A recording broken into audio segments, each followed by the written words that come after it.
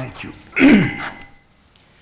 Your Excellency, Dr. Lobsang Sanghe, thank you most sincerely for your extremely warm and kind words, ill-deserved, but much appreciated. I'd also like to thank Mr. Thubden Sampel, Director of the Tibet Policy Institute. I'm extremely happy to be here this morning to speak on Tibet, the third pole, and its global significance. I propose to speak on the relevance of Tibet for regional security. In other words, the security environment. It is unexceptional to say that peace in Asia, to a very large extent, depends on the state of relations between India and China. Until China invaded Tibet in 1949, Tibet, throughout its independent existence, had been a zone of peace, a source for regional stability, being an effective space between Asia's two largest and most populous nations, China and India. Countries which till then had no common border and therefore no basic conflicting interests. After 1950, when Tibet no longer existed as a separate nation, the geopolitical reality changed fundamentally. With India and China now sharing a long and dangerously militarized border of over 4,500 kilometers, with claims and counterclaims, and which had led in 1962 to a war between the two countries. Today, India and China are both nuclear powers with regional and global aspirations, and no longer have the benefit of Tibet as a buffer separating them. Herein lies the significance of Tibet in our relations with China. I need hardly emphasize the implications of the Chinese having converted the Tibetan plateau into a vast military zone with huge stockpiles of conventional and nuclear weapons, and have also made Tibet the dumping ground of its nuclear waste. The 1,100 kilometers rail link between Gormu and Lhasa enables the rapid transport of troops and military hardware into Tibet.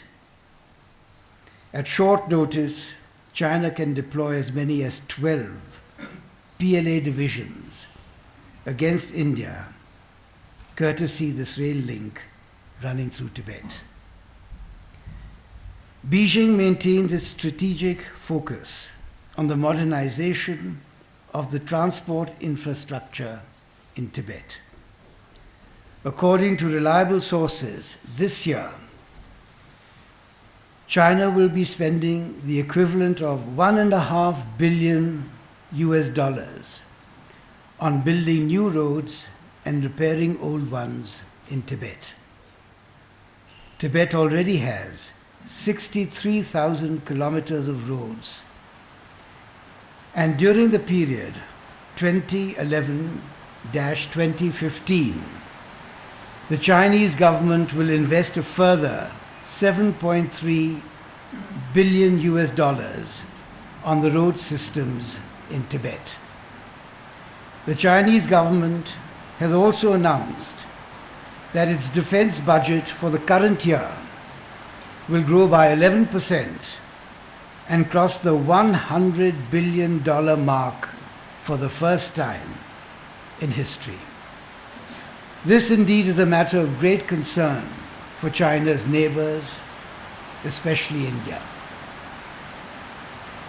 Further, China is busy connecting Tibet with Kathmandu by road and rail, and intends eventually to link Pakistan to Nepal via the Karakoram Highway.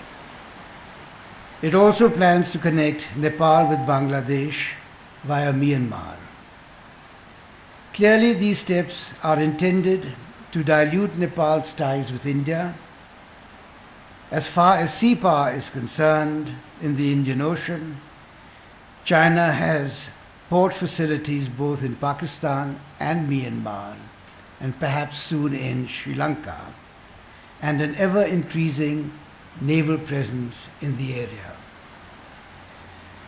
The importance of Tibet for India's security interests cannot be overemphasized. A look at the map immediately highlights its strategic location, straddles, as Tibet does, the very heart of Asia. Tibet comprises a quarter of China's entire land area, and its vast mineral resources fuel the economy of China.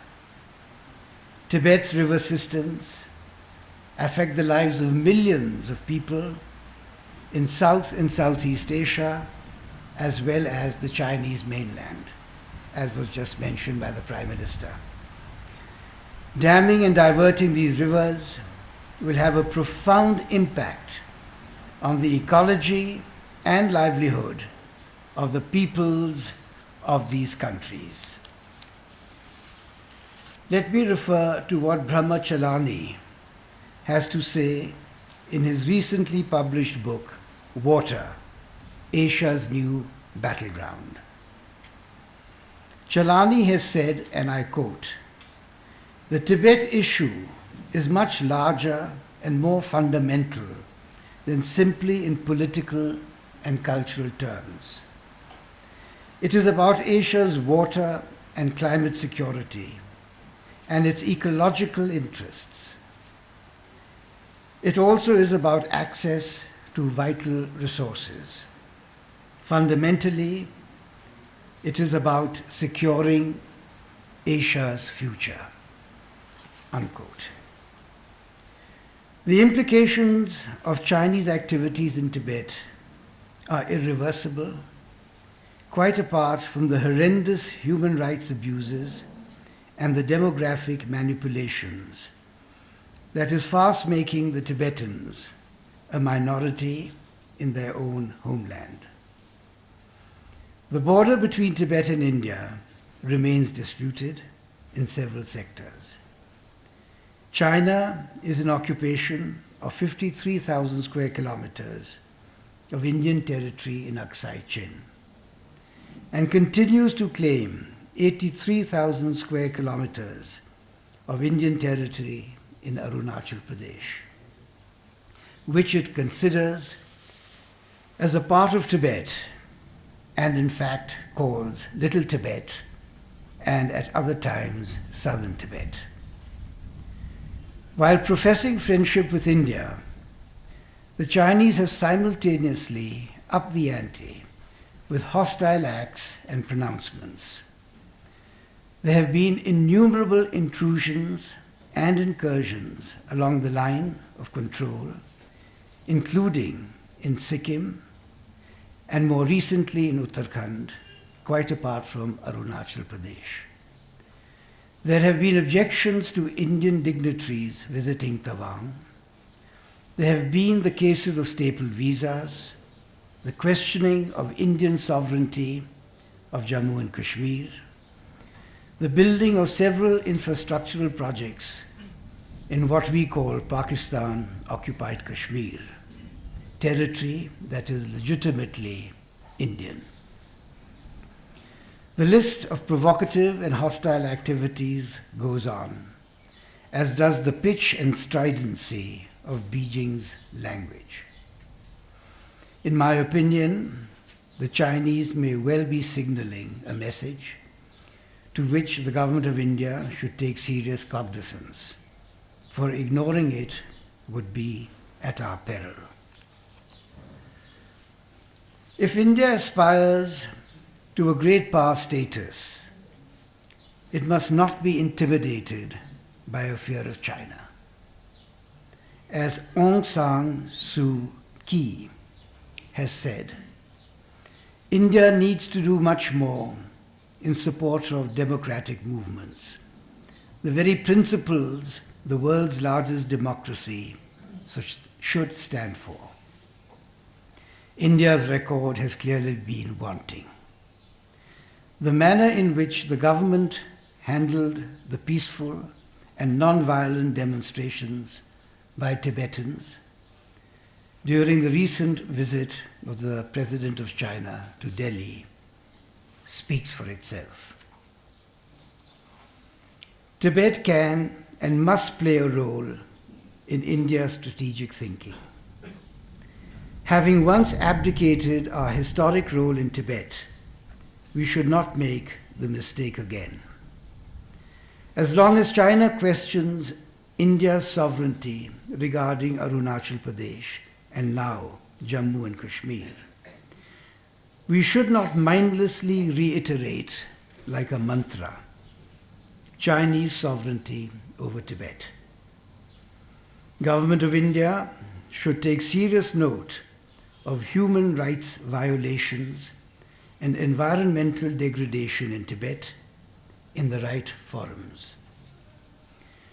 I strongly believe that the Government of India should be seen to support the Dalai Lama's middle way approach, as it is the only workable way to bring about a reconciliation between the Tibetans and the Chinese.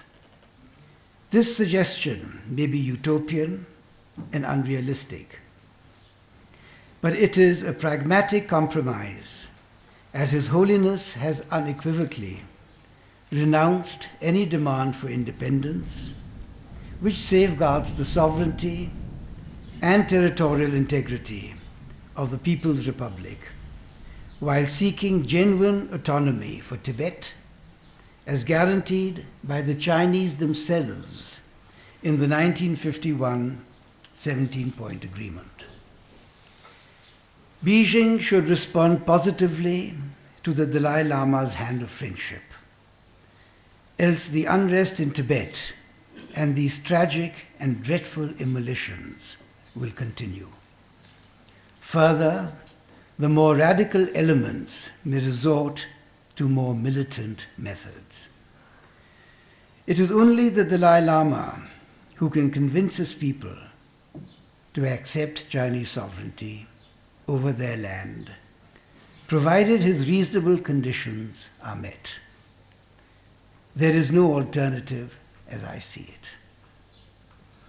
While I have mentioned some of the issues bedeviling Sino-Indian relations, there's also the flip side to show that Delhi and Beijing have made incremental progress in improving bilateral relations. Examples of this are the substantial increase in trade between the two countries, the 2005 Declaration establishing the guiding principles and political parameters for resolving the highly complex boundary dispute, limited military exchanges between the two countries, and generally greater maturity in handling sensitive issues in their bilateral relations. This year, in fact, is being celebrated as the Friendship Year between India and China, whatever that may result in. These may be modest yet significant steps. It is in the light of this new spirit that I venture to suggest, most emphatically, that the Government of India should play an intermediary role in bringing the Tibetan and Chinese closer to a mutually acceptable understanding. The Chinese are unlikely to accept an Indian role, but the possibility should be explored, especially as the Central Tibetan administration is based in India, and India would wish for nothing more than a reconciliation between the Chinese and Tibetan peoples to bring peace and stability to Tibet and the region. Thank you very much.